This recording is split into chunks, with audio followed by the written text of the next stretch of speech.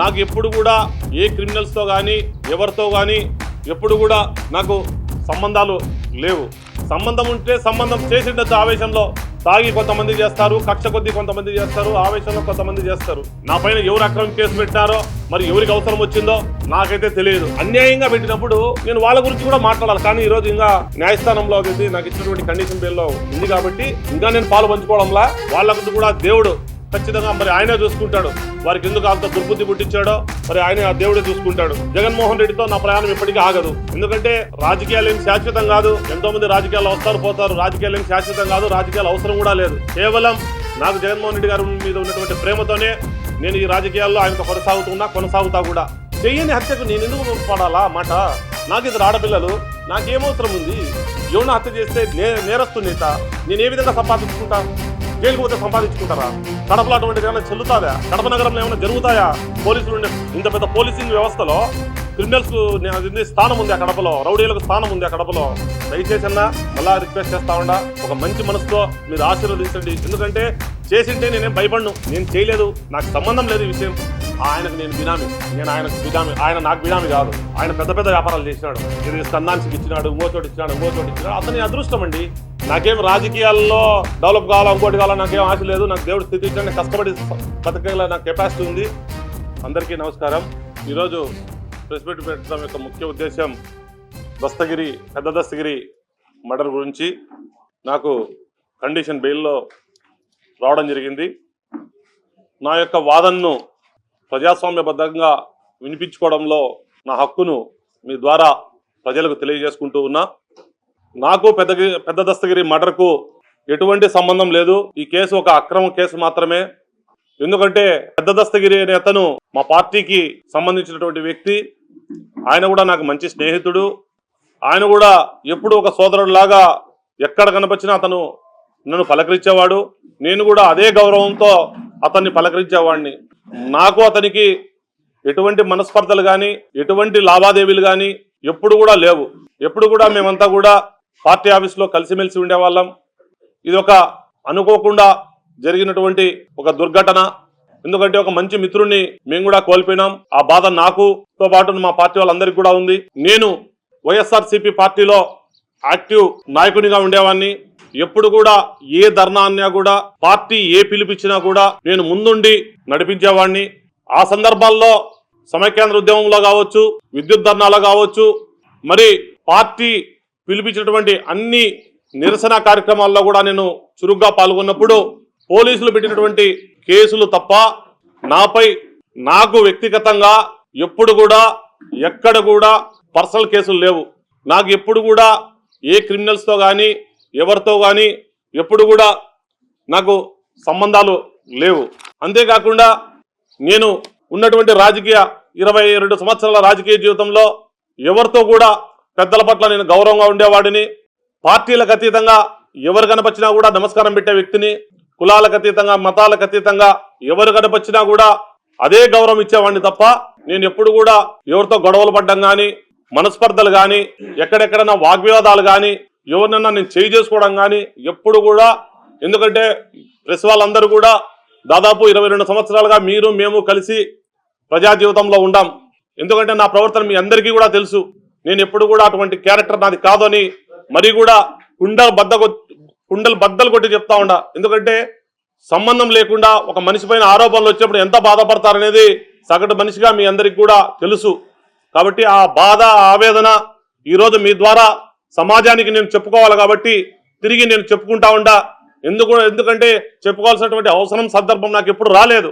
ఈరోజు నా పైన ఒక అక్రమమైనటువంటి కేసు వచ్చింది కాబట్టి ఖచ్చితంగా నేను చెప్పుకోవాల్సినటువంటి అవసరం సందర్భం వచ్చింది కాబట్టి మీతో పాల్పంచుకుంటూ ఉన్నా. అంతేకాకుండా ఏ స్టేషన్లో కానీ పోలీస్ అధికారులతో నాకు సత్సంబంధాలు ఉండేది. నేను ఎప్పుడు కూడా ఎవరి పట్ల దురుసుగా ప్రవర్తించేవాడిని కాదు. ఒక పోలీసులే కాదు, ఏ అధికారులతో కూడా ఒక మంచి కింద స్థాయి కానీ పై స్థాయి అధికారులతో ఒక రాష్ట్ర స్థాయిలో ఒక మంచి సంబంధాలు పెట్టుకున్నటువంటి వ్యక్తిని నేను. ఇంత పెద్ద కష్టకాలం, ఎందుకంటే నా జీవితంలో దాదాపు నాకు 47 సంవత్సరాలు. ఒకటి మా అన్న చనిపోయినప్పుడు మా కుటుంబం కుంగిపోవడం జరిగింది. ఆ ఒక్క సందర్భంలో దాదాపు కష్టపడి మళ్ళా మా కుటుంబ సభ్యులంతా కూడా నా వివాహమైన తర్వాత మళ్ళీ కూడా మేము అభివృద్ధి కావడం జరిగింది. మళ్ళీ ఈ 47 సంవత్సరాలు అంటే దాదాపు 24-23 సంవత్సరాల తర్వాత మళ్ళీ నాకు ఈ జీవితంలో కష్టకాలం వచ్చింది. ఎందుకంటే సంబంధం ఉంటే సంబంధం చేసిండొచ్చు ఆవేశంలో, తాగి కొంతమంది చేస్తారు, కక్ష కొద్దీ కొంతమంది చేస్తారు, ఆవేశంలో కొంతమంది చేస్తారు. కానీ నాకు అతనితో ఎటువంటి నాకు ఆవేశము లేదు, కక్ష లేదు, కోపము లేదు. అటువంటి సందర్భంలో ఇది కేవలం ఒక అక్రమమైన కేసు. అనేక ఆరోపణలు రావడం జరిగింది, అనేక బాధపడడం జరిగింది. ఎందుకంటే అరెస్ట్ అయిన తర్వాత నేను ఎక్కడ కూడా నా వాయిస్ వినిపించుకునే దానికి లేదు. కాబట్టే దాన్ని 34 రోజులుగా నేను నా యొక్క ఆవేశాన్ని, నా యొక్క బాధని తొక్కిపట్టుకొని ఈరోజు మీతో పాలు పంచుకోవాలని చెప్పేసి ఈరోజు ప్రెస్ మీట్ పెట్టడం జరిగింది. దేవునిపైన నమ్మకం ఉంది, విపరీతమైనటువంటి దైవభక్తి నాకు ఉంది. అది మీ అందరికీ కూడా తెలుసు. దైవభక్తి ఉన్నవాడు సమాజంలో ఎప్పుడు కూడా తప్పు చేసేదానికి వెనకడుగులోనే ఉంటాడు. కాబట్టి అటువంటి పరిస్థితిలో నాపై వచ్చినటువంటి అక్రమ కేసును నేను న్యాయస్థానంలో పోరాటం చేస్తా. నా నిర్దోషిత్వాన్ని ఖచ్చితంగా దేవుని యొక్క సహాయంతో నేను నిరూపించుకుంటా. అంతేకాకుండా నా పైన ఎవరు అక్రమ కేసు పెట్టినారో, మరి ఎవరికి అవసరం వచ్చిందో నాకైతే తెలియదు. వారిని కూడా దేవుడే శిక్షిస్తాడు తప్ప నేను వారిని ఒక్క మాట కూడా ఈ సందర్భంలో నేనేం కామెంట్ చేయడం లేదు. ఖచ్చితంగా వాళ్ళకు కూడా దేవుడు ఖచ్చితంగా మరి ఆయనే చూసుకుంటాడు. వారికి ఎందుకు అంత దుర్బుద్ధి పుట్టించాడో మరి ఆయన ఆ దేవుడే చూసుకుంటాడు. ఈ అక్రమ కేసులు నన్నేం భయపెట్టలేవు. అలాగే జగన్మోహన్ రెడ్డితో నా ప్రయాణం ఎప్పటికీ ఆగదు. ఎందుకంటే రాజకీయాలు ఏం శాశ్వతం కాదు. మా కన్నా ముందు శివానంద రెడ్డి సార్ ఉన్నాడు, ఆయన తర్వాత అహ్మదుల్లా ఉన్నాడు, ఖలీల్ బాషా ఉన్నాడు. ఎంతో మంది రాజకీయాల్లో వస్తారు పోతారు. రాజకీయాలు ఏం శాశ్వతం కాదు, రాజకీయాలు అవసరం కూడా లేదు.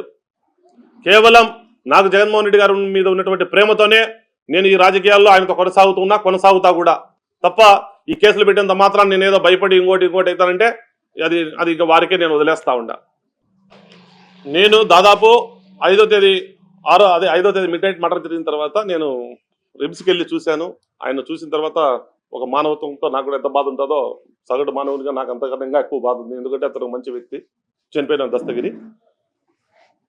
నేను ఎక్కడ కూడా 5వ తేదీ నుంచి 17వ తేదీ వరకు కడపలో ఉండా. నేను ఎప్పుడు కూడా ఎవరితో నేను అట్లా ఉంటే 8వ తేదీ కోర్టులో ఉండా, ధర్నాలో ఉండా, ఆంధ్రజ్యోతి ఆఫీస్ కాడ ధర్నాలో ఉండా, తర్వాత ప్రెస్ మీట్లో ఉండా, పెళ్లిలకు అటెండ్ అయినా. అట్లా ఉన్నవాడిని అయితే ఏమన్నా నేను ఇప్పుడు చేసేవాడిని ఏంటే నేను ఖచ్చితంగా ఊరు వదిలిపెట్టి వెళ్ళిపోయింది. నేను దాదాపు ఆదివారం పొద్దున్నే హైదరాబాద్ నుంచి 5 రోజులు ఉన్నా. నేను దాదాపు 2 నెలలుగా హైదరాబాద్లో వ్యాపారం చేసుకుంటా ఉన్నా. పాకా సురేష్ గారు మేయర్ అయిన తర్వాత 100 రోజుల ప్రోగ్రాం, ప్రతిరోజు గడప గడపకు గుడ్ మార్నింగ్ కడప అని చెప్పేసి ఆయనతో పాటు నేను కూడా ప్రతి అభివృద్ధి కార్యక్రమంలో పాలు పంచుకోవాలని చెప్పి నేను కడపకు రావడం జరిగింది తప్ప ఎక్కడ కూడా అటువంటి వాళ్ళని ఎవరిని కూడా ఎందుకంటే మీరందరూ కూడా చూస్తూ ఉంటారు, నేను అటువంటి వాళ్ళతో ఎవరితో తిరిగేవని కాదు, అటువంటి వాళ్ళని ప్రోత్సహించేవని అంతకన్నా కాదు. ఎందుకంటే చనిపోయిన వ్యక్తి 15 సంవత్సరాలుగా నాకు పరిచయం ఉంది. వెహికల్ కానీ ఇంకో డబ్బులు కానీ అటువంటిది ఏమీ చేయలే. దస్తగిరి నాకు చాలా ముఖ్యం. దస్తగిరి మళ్ళా కూడా చెప్తాడా, ఇదేదో ప్రెస్ మీట్ పెట్టి నేను ఏదో చెప్పుకోవాలా, నేను కప్పిపుచ్చుకోవాలా, లేకపోతే ఏదన్నా చెప్పాలని ఓపెన్గా నేను మాట్లాడుతూ ఉండా. దైవం మీద నాకు దైవభక్తి ఉన్న వ్యక్తిగా చెప్తా ఉండా. నేను వాళ్లకు డబ్బులు కానీ వెహికల్ కానీ కనీసం పోలీసులకు కూడా సహాయం అనేది కానీ నేను ఎక్కడ కూడా చేయలేదు. పోలీసులు డబ్బు ఇచ్చింటే 15 రోజులుగా నేను నన్ను అరెస్ట్ చేసిండొచ్చు కదా, పిలిపించిండొచ్చు కదా. ఒక డిప్యూటీ మేయర్గా నేను కడపలో పనిచేసిన, నన్ను పిలిచొచ్చు కదా, నోటీస్ ఇవ్వచ్చు కదా. మా ఇంటికాడికి ఎవరన్నా వచ్చినారా? కేసు పెట్టేసి కేసు కట్టిన తర్వాత ఎవరో మీలాంటి వ్యక్తులు ఫోన్ చేశారు, అన్న నేను A13గా నేను పెట్టినారన్నా అని. నన్ను A13గా పెట్టేది ఏందనేసి న్యాయస్థానంగా నేను చేయాల్సినటువంటి పని ఏమైనా ఎవరన్నా మీలాంటి మిత్రులను అడిగినప్పుడు న్యాయస్థానాన్ని ఆశ్రయించు, నువ్వు ముందు ఫస్ట్ క్యాష్ కేసుకో, నీకు సంబంధం లేదు కదా, నువ్వే అసలు నీకు ఎక్కడ సంబంధం ఉంది, క్యాష్ కేసుకోమన్నారు. క్యాష్ రాలేదు. తర్వాత యాంటిసిపేటర్ బెయిల్ వేసాను. బెయిల్ వేసిన తర్వాత 4వ తేదీ ఉంది, 4వ తేదీ నుంచి 8వ తేదీకి వాయిదా ఇచ్చారు, రాలేదు. నేరుగా నేను ఎస్పీ గారి దగ్గర నన్నేం పట్టుకోలేదు పోలీసులు, నేను నేరుగా వచ్చి సరెండర్ అయినా ఎస్పీ గారి దగ్గర. ఎందుకంటే నాకు న్యాయం మీద నమ్మకం ఉంది. న్యాయస్థానంలో నా పోరాటం నేను చేసుకుంటాను. ఒకటేనా, అతను మీడియేటరు, అతను ఎవరి పేపర్లు ఉన్నాయో నా పేపర్లు ఉన్నాయని పోలీసులు ఎక్కడ చెప్పలే. నా పేపర్లు లేవు కూడా. ఒకవేళ ఉన్నాయని అనుకున్నా కూడా నా ఆర్థిక పరిస్థితి అవసరం కోసం నేను అమ్ముకోవచ్చు, దాంట్లో తప్పేంటి? ఒకవేళ లేదు, మళ్ళా మీరు విచారించుకోండి. నా డాక్యుమెంట్లు కానీ ఆయన దగ్గర నేను ఆయనతో వ్యాపారం చేయలేదని నేను క్లియర్గా ఫస్ట్ పాయింట్లో చెప్పినా. మీకు మళ్ళా చెప్తాడా, నేను ఎక్కడ కూడా ఆయనతో వ్యాపారం చేయలేదు, నాకు లావాదేవీలు లేవు. నాకు ఆయనకు ఎందుకంటే పార్టీ ఆఫీస్లో అన్న నిత్యం ఆయన మార్నింగ్ ఉంటాడు, అన్న గుడ్ మార్నింగ్ అంటాడు, నేను గుడ్ మార్నింగ్ అంటా. రాబట్టి టీ తాగుతాం అంటే టీ తాగుతాం అంటే, టిఫిన్ చేస్తామంటే లేదులేనా తినే అంటాడు. అంతవరకే తప్ప నాకు అతనికి వ్యాపారం ఉంటే ఉంటుంది. ఏమి ఉంటే నేను భయపడాల్సిన పని ఏంటి? వ్యాపారం ఉంటే చెప్తా కరెక్టే అన్నా, నాకు ఆయనకు వ్యాపార లావాదేవీలు ఉన్నాయి. ఏం నేను వ్యాపారం చేయకూడదా? నేనేమి కడప వాసిని కాదా? నా జీవితంలో అత్యంత కష్టమైనటువంటి పరిస్థితి ఇది. ఎందుకంటే చేసింటే నేను కూడా చేసిన. ఇప్పుడు ధర్నాల్లో పాల్గొన్నా, నా పేరు వచ్చింది, నేనేం భయపడలేదే. చెయ్యని హత్యకు నేను ఎందుకు పడాలా మాట? నాకు ఇద్దరు ఆడపిల్లలు, నాకేమవసరం ఉంది?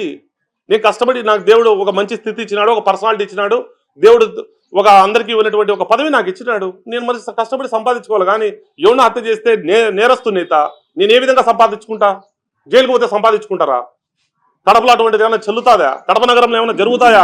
పోలీసులు ఇంత పెద్ద పోలీసింగ్ వ్యవస్థలో క్రిమినల్స్ కు స్థానం ఉంది ఆ కడపలో, రౌడీలకు స్థానం ఉంది ఆ కడపలో. దయచేసి అన్నా మళ్ళా రిక్వెస్ట్ చేస్తా ఉండా, ఒక మంచి మనసుతో మీరు ఆశీర్వదించండి. ఎందుకంటే చేసింటే నేనేం భయపడను, నేను చేయలేదు, నాకు సంబంధం లేదు ఈ విషయం. ఆయనకు నేను బినామీ, నేను ఆయనకు బినామీ, ఆయన నాకు బినామీ కాదు. ఆయన పెద్ద పెద్ద వ్యాపారాలు చేసినాడు. ఇది స్కందాన్సికి ఇచ్చినాడు, ఇంకో చోటు ఇచ్చినాడు. అతని అదృష్టం అండి. అతను ఒక చిన్న స్థాయిలో ఎక్కడో పని చేస్తా ఉన్నాడు, నాకు తెలిసి అతను ఏదో పని చేస్తా ఉన్నాడు. ఆ జీపీఆర్ కాలేజీలో అటెండర్గా పనిచేస్తాడు అని చెప్పారు నిన్న, ఎవరో నాకు చెప్పారు, ఎవరు దస్తగిరి. అతని అదృష్టం, పెద్ద పెద్ద వ్యాపారాలు చేసుకున్నాడు అతను. అతనికి నేను బినామీ అనుకోవాలా? నాకు ఎవరైనా వ్యాపారం చేసుకోవచ్చు, ఎవరు రాతకు ఎవరు అతిథులు కాదు. అది వాళ్ళ కొడుకే స్టేట్మెంట్ క్లియర్గా ఇచ్చినాడు, పోలీసులు క్లియర్గా స్టేట్మెంట్ ఇచ్చినాడు. తర్వాత పోలీసుల దగ్గర క్లియర్గా ఎవిడెన్స్ ఉంది, అన్నీ ఉన్నాయి. అటువంటిది ఎందుకంటే వాళ్ళ కొడుకు ఎస్పీ గారి దగ్గరికి వెళ్ళినప్పుడు కూడా ఎస్పీ గారు క్లియర్గా ఆ పిల్లోని ఏం చేశారనేది కూడా మీకు తెలుసు. ఎందుకంటే ఆ పిల్లని ద్వారానే అక్కడ తప్పు జరిగింది, వాళ్ళ మధ్య గొడవ జరిగింది. వాళ్ళకి మళ్ళీ ఆ పిల్లోడు స్థానం ఇచ్చినాడు, మళ్ళీ 5వ తేదీ తాగినా గుర్తొచ్చింది, పోయినారు, గొడవ పడుకున్నారు. అవన్నీ మీకు తెలుసు, పోలీసులకు కూడా తెలుసు. కానీ అది నేను మాట్లాడకూడదు కాబట్టి ఈరోజు నేను ఏమంటారు కండిషన్ బెయిల్లో ఉన్నా కాబట్టి మళ్ళీ కూడా ప్రెస్ మీట్ పెడతా. ఎందుకంటే నాకేం రాజకీయాల్లో డెవలప్ కావాలా, ఇంకోటి కావాలా నాకేం ఆశ లేదు. నాకు దేవుడు స్థితి ఇచ్చాడు, నేను కష్టపడి బతకగల నాకు కెపాసిటీ ఉంది. అన్యాయంగా పెట్టినప్పుడు నేను వాళ్ళ గురించి కూడా మాట్లాడాలి. కానీ ఈరోజు ఇంకా న్యాయస్థానంలో అది నాకు ఇచ్చినటువంటి కండిషన్ బెయిల్లో ఉంది కాబట్టి ఇంకా నేను పాలు పంచుకోవడంలా ఆ విషయాలన్నీ కూడా మీకు చెప్తా.